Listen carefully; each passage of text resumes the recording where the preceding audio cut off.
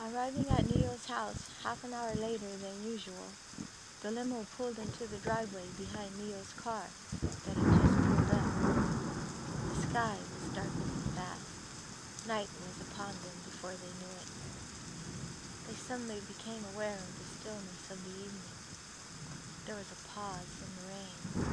The wind whistled in the trees. The eerie and sudden silence had all looking around them. The Yakuza guards, without a word, all reached for their inside holsters and stopped midway.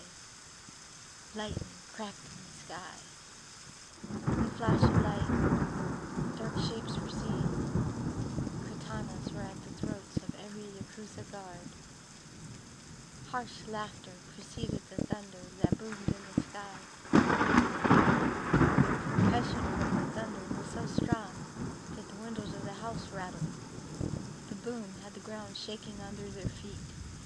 In the distance, car alarms went off. The laughter echoed all around them, hurting their ears.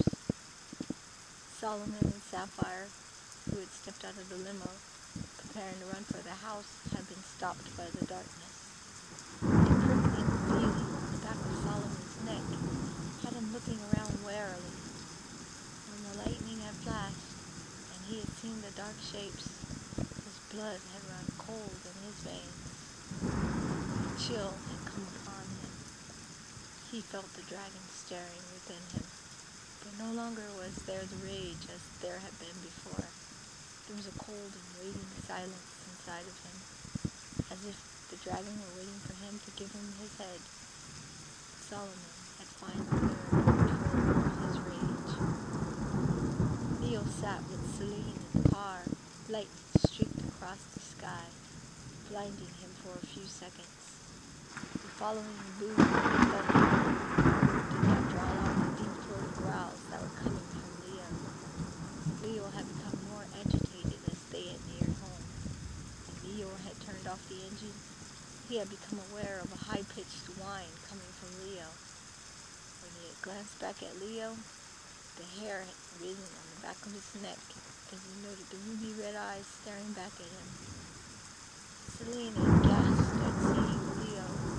Her insides had turned cold as she fearfully looked around, imagining the dread demon Shogun Kuchiki ready to drag her screaming into his evil maw. Their Yakuza escort was silent. The razor-sharp katanas held a hair's breadth from their jugular veins. Shadow spirits surrounded them. A white Rolls-Royce with the lights off had pulled up silently behind the white limo, unnoticed. Standing in front of the Rolls-Royce was the patron, red eyes glaring out from his laughing face, dressed in an all-white suit. He stood out in the dark night, a ghostly apparition with glowing red, laser-like eyes. His voice rasped across their ears.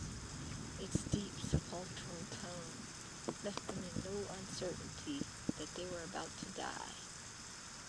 Do as I say, or their blood is on your hands, Ishimura.